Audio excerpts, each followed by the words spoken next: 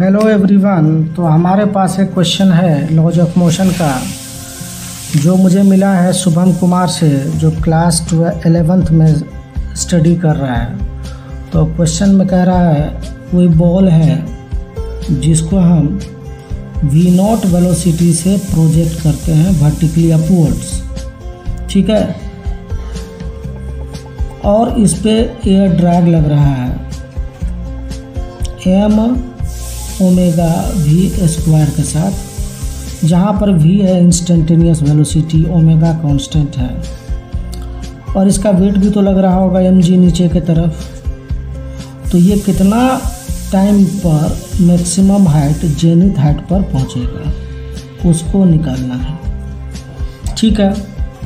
तो इस वेलोसिटी को रिड्यूस करवा रहा होगा कौन? तो इन दोनों का नेट फोर्स, इसीलिए इसका जो एक्सेलरेशन आएगा वो नेगेटिव एक्सेलरेशन आएगा, equal to minus of F net divided by M.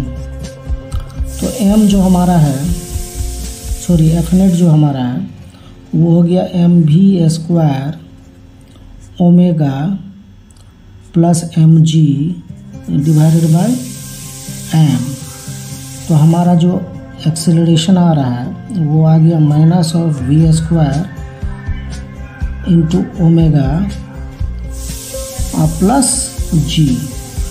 और ये जो एक्सेलरेशन है वो वेलोसिटी के साथ बदल रहा है, तो इस एक्सेलरेशन को भी हम लोग इंस्टेंटेनियस एक्सेलरेशन करेंगे जो टाइम के साथ बदलेगा। तो इसको लिख सकते हैं d v by d t is equal to minus of v square omega plus g. और इसको हम लोग लिख सकते हैं लाइक टर्म्स में, इसको सेपरेट कर लेते हैं टर्म्स को, नेगेटिव को उसकी साइड में छोड़ देते हैं। तो इसको लिख सकते हैं माइनस डी टी, इसको इंटीग्रेट कर लेते हैं। तो अब लिमिट जो हमारा होगा वेलोसिटी v0 से हमको जीरो वेलोसिटी पे पहुंचना है, टाइम 0 से t टाइम तक पहुंचना है, ठीक है। तो या इसका अगर लिमिट को अगर चेंज करेंगे तो यहाँ माइनस लिखेंगे, तो ये हो जाएगा आपको 0 से लेकर v0 वेलोसिटी तक, और यहाँ हो जाएगा d v divided by v square omega g. और यहाँ तो लिमिट डालने के बाद माइनस टी होगा, तो ये माइनस को कैंसिल करवा लेते हैं। तो इस तरह से होगा। और एक स्टैंडर्ड इंटीग्रल होता है, अगर हमारे पास integration of 1 divided by a square plus x square d x हो, तो इसको हम लोग लिखते हैं 1 by a tan inverse variable x divided by constant, ऐसे लिखते हैं। ये क्लास 12th में आप पढ़ोगे। बस यही है दिक्कत 11th वाले को, क्योंकि उसने 12th का मतलब कैलकुलस तो अभी पढ़ा नहीं होगा, तो उसको दिक्कत आ रहा होगा, प्रॉब्लम ना, खास कोई दिक्कत इसमें नहीं आने वाला है, ठीक है। तो इसको यूज करेंगे हम लोग यहाँ। तो इस फॉर्मेट में इसको लाना है यहाँ पे, तो इसको ला सकते हैं हम लोग कितना से कितना तक। तो हमारा हो गया 0 से लेकर v0 तक, और यहाँ पर अगर डी वी लिखेंगे और यहाँ पर ओमेगा को बाहर ले लेते हैं, तो 1 बाय ओमेगा, तो इसको लिख सकते हैं g बाय ओमेगा